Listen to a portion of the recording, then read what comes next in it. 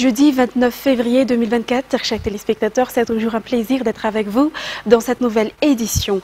À la une de l'actualité de ce jour, le président de la République, André Rajoelina, est parti en Turquie pour assister à la réunion diplomatique à Antalya aujourd'hui. Le forum diplomatique d'Antalya, qui se tiendra pendant 3 jours à compter de demain, est une conférence organisée par le gouvernement turc pour présenter la politique diplomatique et promouvoir la relation de la Turquie dans le monde. Il y aura également une réunion multilatérale que tiendra le président André Rajoelina lors de son voyage en Turquie. Mervulat Sferen et André Rajoelina. Le président de la République André Rajoelina a été spécialement invité à diriger la délégation malagasy à Antalya en Turquie pour assister à la réunion diplomatique ayant pour thème une diplomatie efficace pour la paix et la sécurité. Le président turc, Recep Tayyip Erdogan, présidera la réunion au cours de laquelle seront discutés les problèmes majeurs des relations internationales observées dans le monde. Les moyens les plus efficaces pour atteindre l'objectif d'établir un système international efficace, harmonieux et juste afin d'instaurer la paix, la sécurité et la stabilité seront discutés et partagés. La participation de Madagascar à cette conférence internationale renforcera également ses relations et sa coopération avec la Turquie. La conférence diplomatique qui se tiendra à Antalya réunira des présidents, des chefs d'État et des ministres des Affaires étrangères du monde entier. Une soixantaine de ministres des Affaires étrangères du monde entier participent pour cette 3e édition du FDA, ainsi qu'une vingtaine de présidents, dont le président de la République malagasy, André Rajoelina. Aujourd'hui, ce dernier et son épouse, ainsi que la délégation qui les accompagne, sont partis assister à cette conférence à Antalya, en Turquie. La FDA 2024 durera 3 jours et la cérémonie officielle d'ouverture de cette conférence aura lieu demain 1er mars dans l'après-midi. Le président turc, Recep Tayyip Erdogan, présidera la cérémonie d'ouverture en présence de la délégation malagasy conduite par le président André Rajoelina. Après l'ouverture, les participants se joindront à des panels pour discuter de différents sujets. Le président de la République André Rajoelina participera demain soir au panel dédié au président présent à ce forum diplomatique d'Antalya en compagnie du président de la République démocratique du Congo, Félix Tshisekedi, du président de la Guinée-Bissau, Umaro Sissoko, et du président de la République centrafricaine. La promotion de la coopération multilatérale dans une époque de confusion est le sujet qu'ils ont préparé pour parler de différentes menaces existantes et émergentes telles que le changement climatique, les épidémies, l'insécurité alimentaire, les migrations, les violations des droits de l'homme et bien d'autres. Dans ce cadre, le président André Rajoelina partagera tous les efforts et étapes que Madagascar a déployés dans la gestion de ces différents types de problèmes auxquels le monde entier est confronté, car aucun pays, aussi fort soit-il, ne peut faire face seul à ces problèmes. Madagascar est donc l'un des pays qui proposeront une solution commune et qui apporteront également les défis qui nous attendent et les stratégies pour y faire face.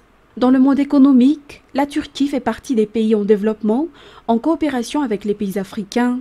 Quant à la relation entre Madagascar et la Turquie en particulier, il existe de nombreux domaines de coopération tels que le commerce, l'industrie, l'investissement, l'énergie, les mines, l'éducation et la santé, l'agriculture et l'élevage, la pêche, la science et la technologie et bien d'autres encore. Le président de la République André Rajoelina effectuera diverses rencontres avec des responsables turcs pour renforcer et améliorer le partenariat qui existe depuis de nombreuses années entre les deux pays. C'est également lors de ce voyage que le président André Rajoelina réalisera des négociations directes pour convaincre les entrepreneurs turcs de venir investir à Madagascar dans les nombreux projets de développement. De plus, Madagascar est ouverte à toute coopération avec les investisseurs étrangers. Ainsi, le programme de la délégation malagasy en Turquie sera bien rempli. Page fait divers pour continuer. 18 armés ont tenté d'attaquer le Foukountan d'Andekalek, district de Brickaville, mercredi soir. Les riverains ont reçu des informations concernant cette tentative d'attaque hier vers 16 h et ont tendu un piège aux malfaiteurs. 10 des assaillants ont été appréhendés, tandis que 8 ont pu s'échapper. La police COSPN Madarel a mené ces bandits à Mouramanque pour une enquête, selon les informations. Reportage signé Angela Martina et Sech Angianap. Hier, vers 16 h, les habitants d'Andekalek ont reçu un appel des habitants d'Ambavagnas, le long de la RN2 à 30 km d'Andekalek, concernant l'existence d'un groupe de personnes qui étaient en chemin pour attaquer Andekalek, district de Brickaville. Peu après, le maire d'Ambatvoul, un autre village à proximité, a confirmé le passage de ces groupes de personnes. Les habitants de la commune d'Andékalek ont décidé de tendre un piège à ces bandits. Résultat, le Foukounnoul, soutenu par le COSPN Madarel et la gendarmerie locale, a pu mettre la main sur 10 de ces bandits, si 8 ont pu prendre la fuite. Jusqu'à présent, la véritable destination n'est pas encore connue, seule l'enquête pourra le déterminer, a déclaré le maire d'Andékalek. Ce dernier a également confirmé qu'Andékalek est une ville paisible. La dernière attaque a eu lieu en 2016 et elle a été également contrée par le Foukounnoul comme celle d'hier.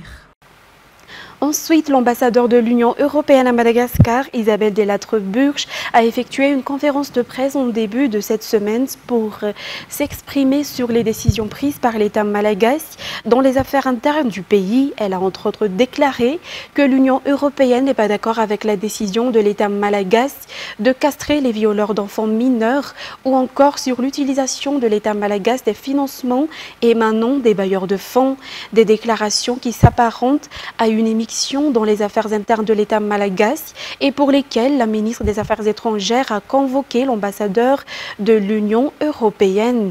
Selon Rassad Darafaravavtavk, Madagascar est un pays souverain et peut prendre des décisions qui lui semblent bonnes pour ses administrés.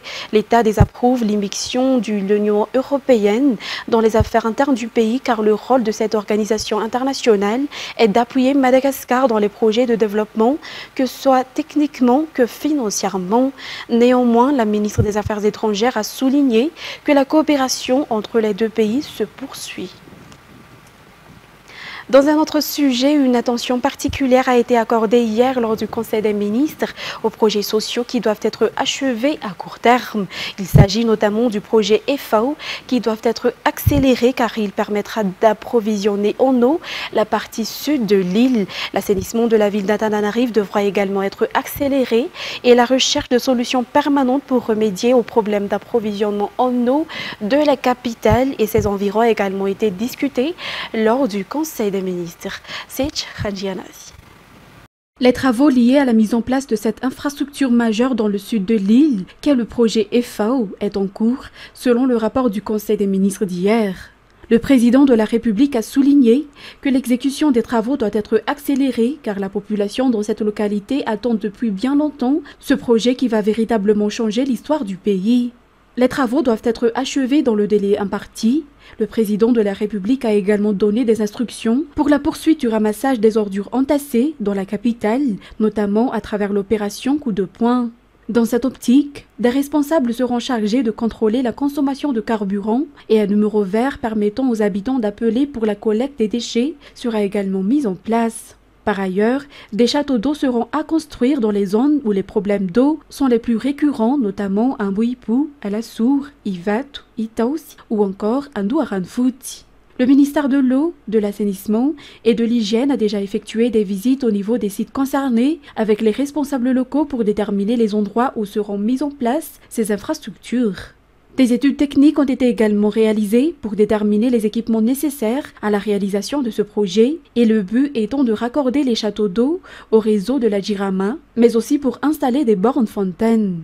Étant donné que le phénomène s'accentue surtout au mois de septembre et octobre, en attendant les premières pluies, de nombreux projets sont en cours pour combler ce gap. Parmi eux, la mise en place d'une nouvelle station de production, le projet Jirama Waterfree, un projet d'extension qui consiste à l'augmentation de la capacité de production, mais aussi de la réhabilitation et l'extension du réseau de distribution d'eau dans la capitale. Ce projet est prévu débuter cette année et la mise en place des forages dans ces zones figure également parmi ces solutions. À l'issue du Conseil des ministres d'hier, le général Manantsou Rakutarville Deramasindzak a été désigné chef d'état-major des armées. Il remplace à ce poste le général Mounza Delphin Saïvel, promu ministre des Forces armées en janvier. Et le poste de commandant de la gendarmerie nationale a été confié au général Andjiantaïna Jean Hébert Rakutmalal. Celui-ci succède au général Anj Rakutnjazak, nommé ministre délégué en charge de la gendarmerie nationale en janvier. et 20 structures d'accompagnement en entrepreneuriat bénéficieront d'un accompagnement dans le cadre du projet CED au soutien de l'écosystème entrepreneurial pour l'emploi décent à Madagascar. Le but étant l'octroi d'un emploi décent dans le pays. Ruth Christelle Rakot-Malal et Asnar Valzanar nous en disent plus. Dans l'optique d'améliorer le secteur de l'emploi à Madagascar, le projet soutien l'écosystème entrepreneurial pour l'emploi décent, ou CEED, a été mis en place par People Power Inclusion PPI et le Centre d'excellence en entrepreneuriat. Ce projet permettra la structuration et le renforcement des structures d'accompagnement en entrepreneuriat, ou SAE, pour offrir des services d'accompagnement accessibles, de qualité et durables aux Malagasy porteurs de projets. Ce projet est financé par l'Union européenne.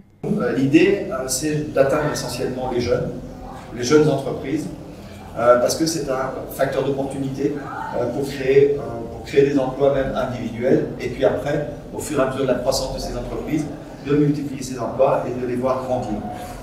Alors évidemment, quand on regarde de manière générale, de manière horizontale, les entreprises qui naissent, il y en a énormément qui meurent très rapidement après leur naissance. L'OCDE dit à peu près 50% dans les 5 premières années, ce qui est énorme. Et à Madagascar, je dirais, c'est encore pire. Et donc l'idée de AccuBoost, c'est d'essayer de faire en sorte qu'on ait un peu plus de chances de survie de la part des entreprises, enfin des jeunes entreprises qui naissent, et d'appuyer tout ce qui est l'environnement de ces entreprises naissantes. Ainsi, 20 SAE seront sélectionnés pour bénéficier de renforcement de compétences et d'accompagnement, des mises en relation et en réseau avec des SAE nationales et internationales, d'un appui au développement de leur offre de services et d'un accompagnement technique et financier. Les candidatures sont ouvertes à toutes les structures d'accompagnement en entrepreneuriat et les inscriptions sont ouvertes du 1er mars au 22 mars. Donc le premier critère, c'est d'être une SAE, une structure d'appui à l'entrepreneuriat, c'est-à-dire d'accompagner les entrepreneurs malgaches à une ou à plusieurs étapes de leur parcours dans l'entrepreneuriat, de la sensibilisation, l'idéation jusqu'à l'incubation et l'accélération. En ce qui concerne la nature et le statut, on va être assez ouvert, c'est-à-dire qu'on va recruter tout type de structure, que vous soyez une association, un incubateur privé d'entreprise, une ONG, une université, un centre de formation, une chambre de commerce. Vraiment, la sélection est ouverte à tous les types de structures, que vous ayez un statut public, privé, semi-public, c'est possible de candidater. Là où on va être un peu plus exigeant, c'est sur la formalisation. On va recruter des structures qui sont soit déjà formelles, soit en cours de formalisation, c'est-à-dire qui ont entamé les démarches pour être formalisées à court, moyen, long terme. Le projet CEED durera 3 ans. Concernant les actualités météorologiques, il y a un risque faible qu'une perturbation cyclonique évolue en fin de semaine. C'est un intempérie qui peut impacter le temps qu'il fait sur 17 districts de la Grande Île, selon le service de la prévision météorologique. Reportage signé Fadjissene Mireille. La masse nuageuse, qui se situe dans l'océan Indien, est prévue se transformer en une perturbation cyclonique en fin de semaine. Cette intempérie peut impacter 17 districts de la Grande Île, selon le service de la prévision météorologique. En effet, cette perturbation cyclonique évolue près des districts d'Antala, Sainte-Marie, Marwantsech, Mananara Avaraj, Soneranivung, Fenoriwatsnanan, Vavaten, Thomasen, Vuibnani, Vatmanj, Antanambon Manaput, Manour, Nusvark, Mananzark, Manakar, Vuipen et Farafangan. Au début de la semaine prochaine, ce risque deviendra modéré pour l'ensemble de ces districts. Météo Madagascar recommande donc aux habitants de ces localités de suivre de près les mises à jour des prévisions quotidiennes du temps et à respecter toutes les instructions des autorités. En ce qui concerne les actualités sportives, la GNVB se qualifie pour la demi-finale du championnat d'Afrique des clubs de la zone 7, tant chez les hommes que les dames. Le COSFA est également qualifié chez les hommes. Reportage de Anzar Razonarville.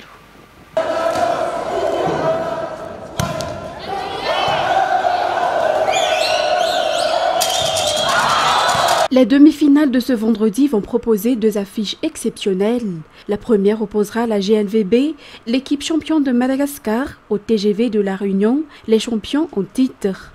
Et la seconde verra une confrontation entre le Saint-Denis Olympique et le COSFA. Ainsi, deux clubs malagasy restent en lice chez les hommes lors de ce championnat.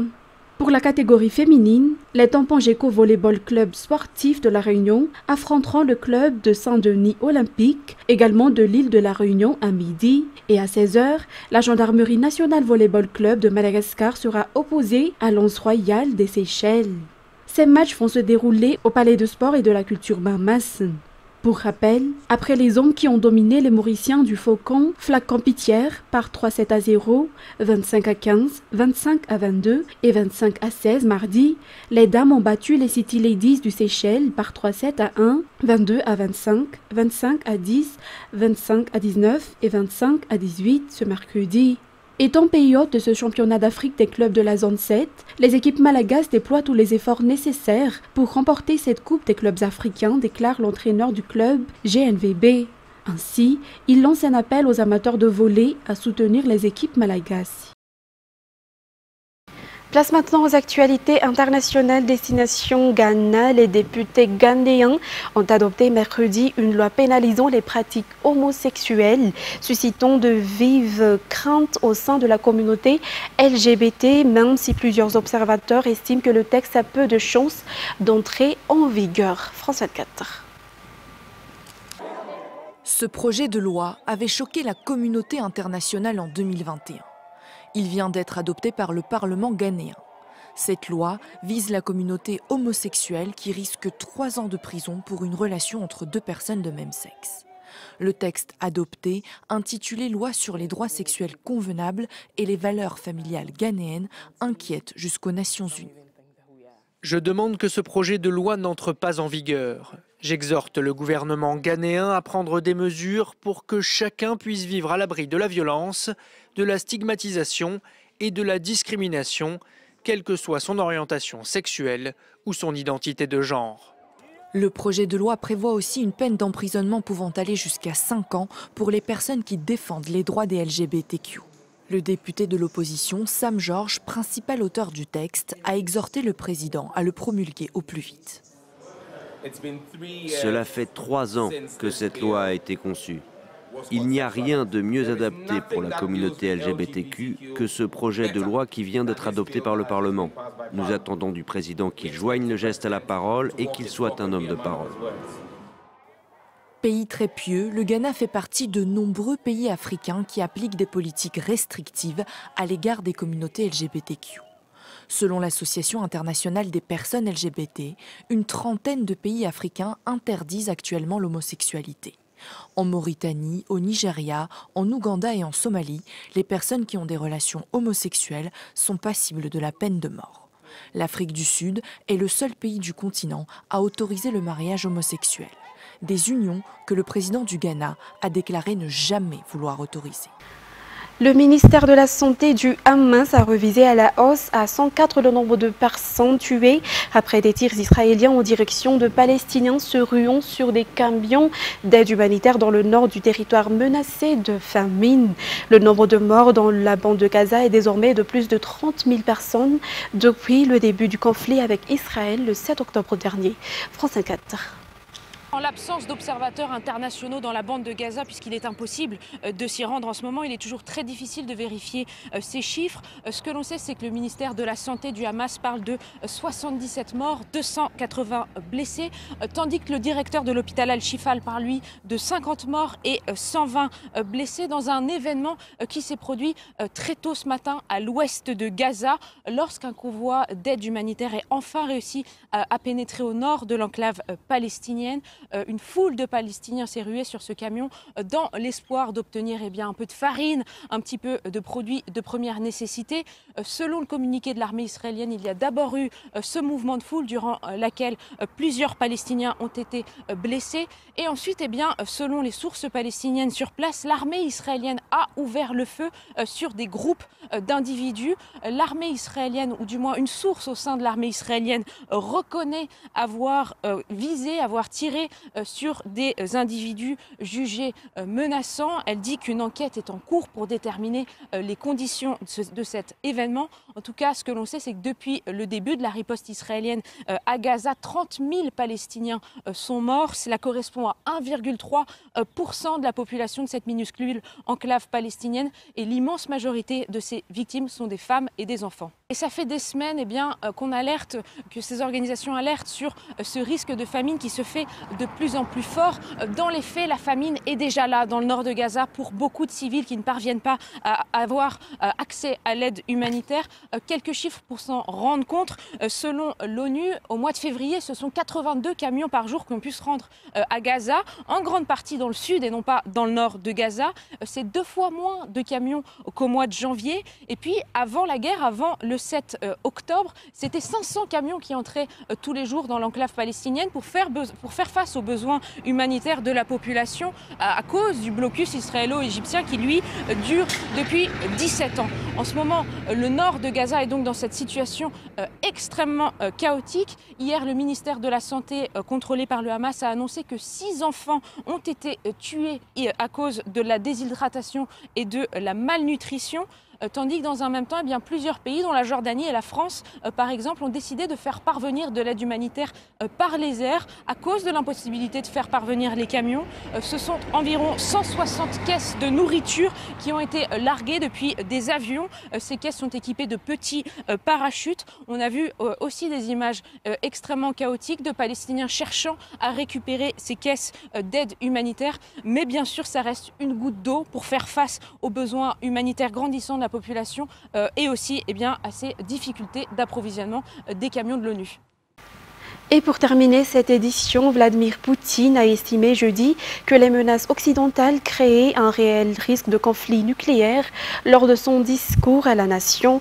D'un ton calme, sous les applaudissements très réguliers du public, il est revenu sur les propos polémiques de son homologue français Emmanuel Macron qui a évoqué cette semaine l'éventualité de l'envoi de troupes occidentales en Ukraine. France 24. Il parle d'envoyer des contingents militaires de l'OTAN en Ukraine. Mais nous nous souvenons du sort qui a été réservé à ceux qui, par le passé, ont envoyé leurs contingents dans notre pays. Aujourd'hui, les conséquences d'un tel interventionnisme seraient encore plus tragiques. Nous avons aussi des armes, ils le savent, je l'ai déjà dit. Nous avons aussi des armes qui peuvent atteindre leur pays. Et ils doivent comprendre que parce qu'ils sont en train de faire, c'est-à-dire tenter d'effrayer le monde entier, ils risquent un conflit nucléaire, ce qui signifierait la fin de la civilisation. Ne comprennent-ils pas ça ?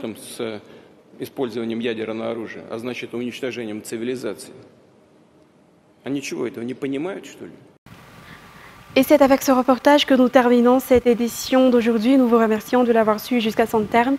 Et n'oubliez pas le rendez-vous avec les équipes de Viva pour Touamas, pour le casting de La Voix d'Or qui se tiendra demain samedi au Massauve et pour le casting de C'est toi le chef qui se tiendra également samedi matin au Gare de Touamas. Quant à moi, je vous donne rendez-vous pour une autre fois pour de nouvelles actualités. Au revoir.